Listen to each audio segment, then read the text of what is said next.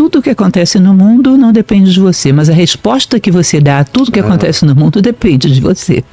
Ou seja, a reação que você tem, a resposta que você dá, tudo isso está totalmente sob teu alcance. Mudar, aperfeiçoar, interagir de uma maneira mais inteligente com a vida. Quando nós nos definimos só por aquilo que acontece fora de nós, é uma dor que não tem muito como contornar. Porque você é quem? Você é aquela pessoa que tem aquela geladeira vermelha, você é aquela pessoa que tem aquele hábito de vida, de levantar, fazer tal coisa, interagir com tais situações. Se tudo isso muda, você não sabe mais quem é você. Que ser humano você gostaria de ser aí? Que tipo de defeitos gostaria de ter superado? Que tipo de qualidades gostaria de ter desenvolvido?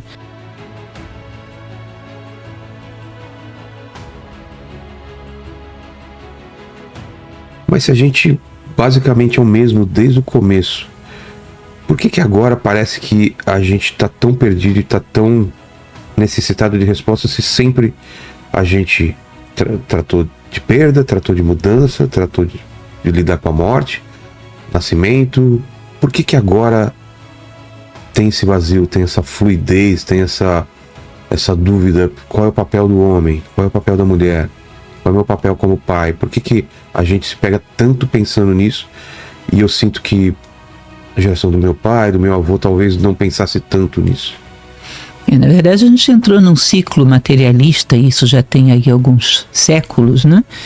Onde nós estávamos e estamos muito preocupados com as coisas, desenvolver uma tecnologia que nos permita viver com mais conforto, obter coisas, desenvolver coisas, e nós nos afastamos muito de um conhecimento profundo do próprio ser humano. E chegou a um extremo disso que as duas coisas desnivelaram demais. Muito conhecimento do lado de fora e muito pouco do lado de dentro. Entendi. Isso gera um desequilíbrio que vai gerar uma angústia existencial muito grande. Esses dias eu falava sobre estoicismo com uma pessoa e ela me disse: nossa, mas esses preceitos foram de quando? Eu falei: olha, do século I, século II depois de Cristo, mas não mudou nada o ser humano, precisa das mesmas coisas. Agora, realmente, os problemas que eles levantavam lá, a gente vive exatamente os mesmos. Que eram quais, por exemplo? Problemas em relação à convivência, à dor, à morte, à perda, ou seja, as mesmas coisas. E só que naquela época eles andavam de biga, né? Hoje andamos de avião a jato. Ou seja, as coisas evoluíram de uma maneira fora do comum. E acontece muito rápido, muito rápido. E o ser humano que conduzia a biga, o ser humano que conduzia o avião a jato, não progrediram nessa velocidade de jeito nenhum. Verdade. Sim. O cérebro não acompanhou a velocidade de tudo. E o estoicismo, como que era? Eles pensavam em como trabalhar com essa mudança, em como não quebrar, é isso? Eles pensavam em alinhar o homem com a natureza. Eles consideravam que a natureza é muito inteligente, sabe o que faz, e ao homem aprender dos preceitos da natureza, ele também se torna muito autônomo, pouco suscetível às influências do meio, com, digamos assim, uma capacidade de enfrentar as adversidades com muita serenidade. Ou seja, eles tinham uma fórmula para enfrentar a vida de tal maneira que ela não te roubasse de si mesmo, que você tivesse uma identidade profunda, que fosse fiel a ela e pudesse atravessar todas as dificuldades da vida sem se deixar abalar tanto por elas assim. O estoicismo fala muito do que a gente pode controlar e o que a gente não pode controlar. Exatamente. E esse eu acho que é o grande sofrimento da humanidade, né? Como lidar com as coisas que a gente não tem controle. Na verdade, a gente deveria se preocupar em como lidar com as coisas que a gente tem controle e, por consequências externas, talvez fossem menos incontroláveis. O Epiteto, que é um dos grandes filósofos históricos, ele dizia que isso é um conceito de escravidão. E naquilo que te corresponde, você não faz nada. E naquilo que não te corresponde, é como se você ficasse dando murro em ponta de faca, sabe? Brigando com o mundo em coisas que não dependem de você. E naquilo que depende de você, você não faz coisíssima nenhuma. Isso é um tipo de escravidão. Ele definia isso como escravidão. E as coisas que dependem de mim, o que é o crescimento interior, é a minha cabeça, é o meu pensamento, é... Tudo o que acontece no mundo não depende de você, mas a resposta que você dá a tudo que acontece no mundo depende de você. Ou seja, a reação que você tem, a resposta que você dá, tudo isso está totalmente sob teu alcance. Mudar, aperfeiçoar, interagir de uma maneira mais inteligente com a vida. Queria falar sobre crise, né? Sobre crise, sobre mudança. Muita gente que está em casa pode estar passando por separação, pode estar passando por luto. tudo parece que é meio um tipo de luto, né? Quando você perde alguma coisa que você gosta muito, ou por vontade de outra pessoa, porque é uma doença. Como lidar com mudanças, como lidar com luto, como lidar com perda? Quando nós nos definimos só por aquilo que acontece fora de nós, é uma dor que não tem muito como contornar. Porque você é quem? Você é aquela pessoa que tem aquela geladeira vermelha, você é aquela pessoa que tem aquele hábito de vida, de levantar, fazer tal coisa, interagir com tais situações. Se tudo isso muda, você não sabe mais quem é você. Quando nós somos definidos dentro, sabemos quem somos em termos de valores, sabemos o que somos em termos de propósito de vida, suportamos muito melhor as mudanças externas. Não deixam de ser dolorosas, mas são mais suportáveis, porque eu tenho um ponto de apoio dentro. A minha vida, a minha definição não está em torno de coisas circunstanciais, mas daquilo que eu sou, daquilo que eu acredito, daquilo que eu quero chegar, da minha missão que eu escolhi para a minha vida, o meu propósito. Essas coisas são um eixo muito sólido. É como dizer que você se agarra a uma árvore quando venta muito forte. Ou seja, você tem um eixo que sempre vai estar ali, porque sempre vai ventar muito forte em certas ocasiões. Não é isso? Agora, se você não tem nenhum eixo, quando vem um vento muito forte, ele te arrasta e é um processo muito doloroso. E esse eixo é espiritual, é filosófico? Como que eu... Porque na maioria das vezes você perde o eixo, né? Você fica tão abalado por alguma coisa. E eu falo de pessoas fortes, inclusive, né? Tem gente muito forte que realmente perde o eixo quando perde um ente querido, ou acontece alguma coisa muito grave. Como não perder esse eixo? Ou é necessário, às vezes, você se perder um pouco nessa tempestade para depois se achar? Na verdade, a questão não é como não perder o eixo, é como achá-lo. Às vezes a gente nunca teve o eixo. A gente está escorado do lado de fora em coisas. Por isso ficamos tão fragilizados. A gente teria que dar uma olhada dentro do nosso campo de consciência e descobrir quem somos nós dentro de tudo isso. Imagina que você tem aqui uma circunferência com inúmeros pequenos eus. E um eu central, que é a tua verdadeira identidade. Esses pequenos seus são a tua vaidade, a tua inércia, a tua preguiça, a tua tendência a criticar, um trauma que você tenha na infância, um rancor que tem de determinadas pessoas. São núcleos de consciência, que de vez em quando você decide a tua vida a partir deles. Cada vez que você decide a partir de um núcleo desses, você o fortalece. Ele vai tomando cada vez mais poder como se fosse você mesmo. E, na verdade, nenhuma dessas coisas somos nós mesmos. Há um centro. Esse centro, que é a nossa verdadeira identidade, nós deveríamos fortalecê-lo. Agora, como vou achar esse eixo? Tem algo que é muito prático e fácil da gente achar. Toda vez na nossa vida que decidimos alguma coisa inspirados num sentimento de altruísmo, de solidariedade, de compaixão, toda vez que a ideia do bem rege a nossa ação, nós estamos sendo nós mesmos. Isso é encontrar-se dentro de si mesmo, né? Parece que essa nossa essência, esse nosso centro, ele é da mesma natureza da ideia do bem, da bondade, da benevolência. Quando eu busco dar o meu melhor por alguma coisa, nesse momento estou sendo eu. Eu deveria me refugiar nessa ideia. Eu posso perder qualquer coisa fora, mas nada vai me impedir de dar o meu melhor todos os dias em todas as coisas que eu faço. Nada vai me impedir de encontrar o meu melhor ao final dessa vida. Ser um ser humano melhor do que eu sou hoje, somar para o mundo, somar para o outro, fazer a diferença. Pode o mundo revolucionar a minha volta, mas não vão me tirar isso. Tá? Eu sou essa pessoa que quero chegar a ser um ser humano melhor e quero usar todos os dias da minha vida para beneficiar o mundo, o outro e a mim mesmo. Crescer como ser humano. Não há circunstância que possa tirar isso de você. Então você se refugia aí, fica quieto e deixa o terremoto passar. Deixa o ciclone passar. E volta a atuar pontualmente da mesma maneira que você sempre atua. Com essa atuação, algumas coisas vão ficar maravilhosas, outras, o mundo é muito instável, né? Não ficarão tão boas assim, mas você nunca se perde no meio das coisas. E aí a gente fala sobre sentido, né? Como achar sentido nessas horas, né? O sentido da vida que tanta gente busca. O que move a gente quando, sei lá, você perdeu o que você... aquela vontade que você tinha, né? Aquela coisa que te movia.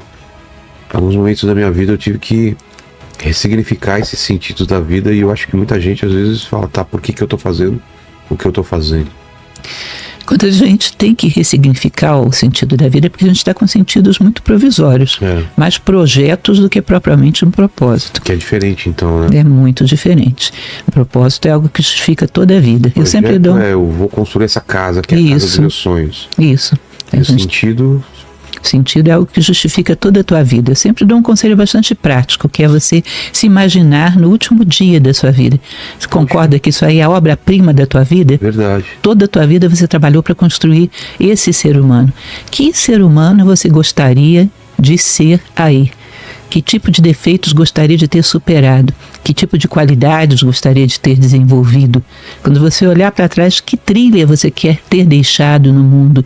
O que você quer ter feito pelo mundo, pelas pessoas, por si próprio? Visualize isso com clareza. Se possível, até anote, para você não esquecer. O ser humano que eu quero ser aí. E toda a tua vida é direcionada para isso. Tá? Você nunca se perde. Houve um terremoto à minha volta, mas eu ainda sou aquele ser humano que quero chegar lá. Eu não vou sair da trilha, não vou sair do caminho. Todo dia vai ser um passo na direção dessa minha obra-prima. Isso são coisas que estão fora do alcance das circunstâncias. Ninguém vai tirar isso de você. O mundo virou de cabeça para baixo e eu continuo querendo ser o melhor ser humano que eu possa chegar a ser, que eu visualizo como possível. Aí continuo caminhando para isso, através de todas as tempestades. E inclusive faço as tempestades me ajudarem a caminhar um pouco para frente. Porque qualquer coisa que surge no caminho eu vou utilizá-la para chegar lá. Ou seja, sem tempestade eu caminharia numa velocidade X. Com tempestade eu vou ter um impulso aí que eu vou caminhar numa velocidade X mais 1. As circunstâncias eu vou fazendo com que elas me deem algum ingrediente para essa viagem. Mais maturidade, mais experiência, uma visão mais completa do mundo, coisas que vão me aparelhar a cumprir melhor com esse propósito de vida. Tudo pode servir para isso. De tudo você extrai alguma lição que te permita chegar lá mais depressa ou de maneira mais completa. Tá? Então você arruma a tua vida toda, entende? Que você dá uma faxina, você dá uma arrumada na sua vida geral e as coisas todas passam a ser dotadas de sentido. O mundo não gira, mas o mundo gira, mas você fica quieto, você é o eixo do mundo. Você não é a circunferência, você é o eixo. Como uma árvore que você tem que dar uma podada em algumas coisas para ela crescer melhor? Sim, ela não perde de vista que ela quer ser árvore, quer dar frutos. A vida vem e dá uma podada, ela usa isso para pegar impulso. Mas ela não perde de vista que o que ela quer ser é uma árvore frutífera, ela quer dar frutos. Tá? E continua o caminho dela, aconteça o que acontecer. Então não existe um sentido geral para a vida? Cada pessoa tem que achar esse sentido? Não existe uma linha geral? Existe. Nós poderíamos dizer que esse ser humano perfeito que cada um programa a ser é muito parecido entre as pessoas. É o máximo de valores, virtudes e sabedoria que um ser humano possa ser. Qualquer pessoa, quando vê esse modelo, ela vai pensar num ser humano justo, fraterno, bom, íntegro, fiel a si mesmo. Os ideais aí correm todos para uma mesma direção, como se fosse uma pirâmide. O ápice da pirâmide é um só para todo mundo. É um ser humano com valores, virtudes e sabedoria. Todo mundo vai ter edições diferentes dessa mesma ideia.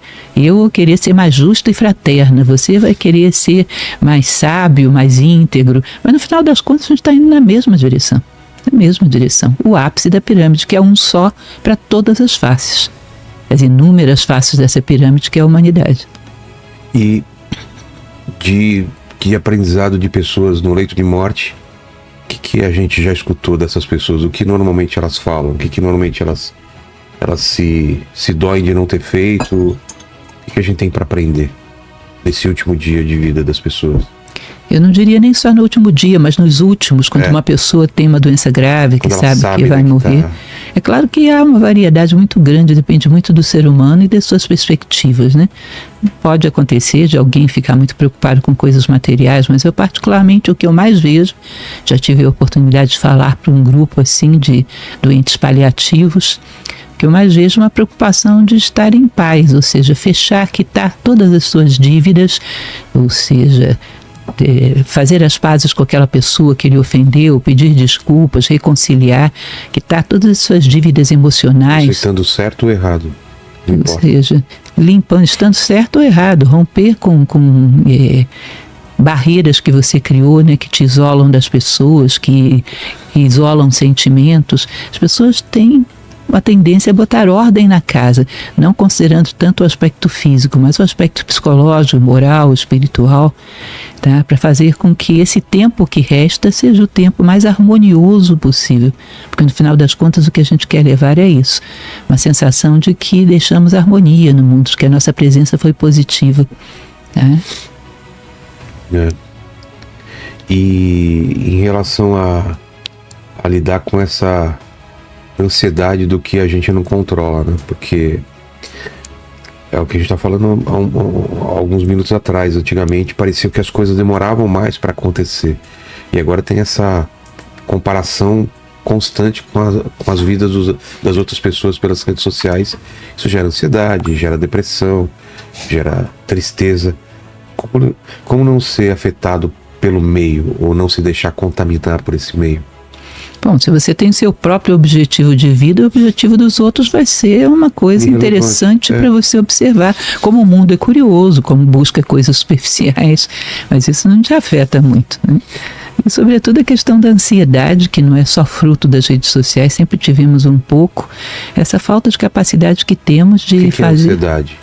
Ansiedade é querermos sempre estar num ponto no futuro. Isso esvazia o nosso presente. E a nossa cabeça não está no agora. Não está no agora, num ponto futuro que eu quero alcançar. Tem que resolver alguma coisa, como que eu vou pagar tal coisa, como que eu vou falar com você. Ou eu quero alcançar tal coisa, eu quero chegar a possuir tal coisa, eu quero chegar a viver tal experiência. E esse compasso de espera é desesperador, né? Eu gostaria de estar lá já. Na verdade, qualquer coisa que você queira alcançar, eu quero alcançar um ideal lá na frente. Eu não alcanço tendo dias vazios, eu alcanço tendo dias ideais. Nós acabaríamos com ansiedade se colocássemos toda a nossa perspectiva, toda a nossa projeção no dia de hoje. É claro que eu tenho uma referência de direção que está lá na frente para eu não me perder, mas tudo o que eu quero está aqui e agora, está de corpo, mente e alma juntos nesse momento, dando o meu melhor. Você percebe que cada momento é absolutamente irrepetível? Repetível? Irrepetível. Irrepetível, com certeza. Já estive aqui outras vezes com você, mas esse momento da gente estar vivendo as coisas que está vivendo, compartilhando essas coisas, não vai voltar a acontecer. Ele é absolutamente único. Se eu estiver pensando, em vez de estar falando contigo e pensando no que a gente está falando, pensando no meu compromisso depois daqui, eu perdi esse momento e provavelmente... No momento que eu vou ter que fazer outra coisa, eu vou estar pensando em outra coisa também. Eu sempre vou estar com a cabeça... Sempre com presente ausente. Essa expressão é de Carl Jung, né? O grande psiquiatra, fundador da psicologia analítica, que ele dizia: corpo e mente juntos. Onde você estiver, estar inteiro, dando o seu melhor. É incrível a quantidade de coisas que cada momento tem para nos ensinar. A vida é inteiramente pedagógica.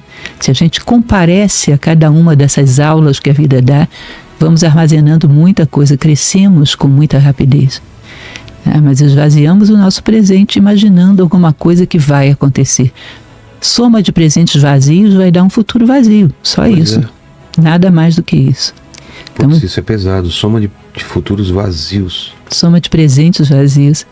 E futuros, né? Às vezes a gente pensa em futuro vazio também. Mas o presente vazio é você não estar presente. E esses futuros vazios que são coisas que vendem, que a gente tem que ter ou que a gente tem que passar, as famosas experiências, né? Eu tenho que viajar para tal lugar, mas eu não gosto tanto de viajar. Eu tenho que ter esse carro para ter esse status, mas nunca fui muito ligado em carro. Por que a gente... Acho que é no Clube da Luta, né? Que a gente trabalha no que não gosta para comprar o que a gente não precisa, né? Por quê? Porque não sabemos o que gostamos nem o que precisamos. Essa é que é a verdade. Me recordo quando eu comecei a fazer filosofia, o meu professor, ele me perguntou: tenta encontrar à noite, eu era muito jovem, tinha 24 anos, à noite antes de dormir, tenta encontrar que momento do seu dia você realmente estava feliz. Poxa. Gente, aquilo foi uma experiência, passava a minha memória no dia inteiro. Vou fazer isso, eu acho que eu nunca fiz. qualquer antes de dormir, você pensar no momento no dia. Que momento do seu dia você esteve realmente feliz? Eu era garota, participava de happy hour, ia pra lá e pra cá. Sei. Nessa hora que eu fui descobrir que eu fazia aquilo por uma mera convenção. Eu nunca bebi, não gostava de estar ali, não tinha sentido nenhum. Eu fazia para bater ponto na diversão juvenil que eu tinha que ter, que era própria da minha idade. Quando eu fui procurar o momento que eu estava mais feliz, eu lembrei do momento que eu estava plantando uma roseira no jardim. Aquilo foi absolutamente maravilhoso, um estado de paz de espírito, de conexão com a natureza, que ele foi um momento de felicidade. Eu cheguei diante do espelho e falei, que diacho de ser humano que não sabe nem quando está feliz e quando não está. Que falta de autoconhecimento total, meu. Essa foi uma experiência muito importante para mim, para começar a fazer a filosofia, para me encontrar no meio daquilo que eu não sou.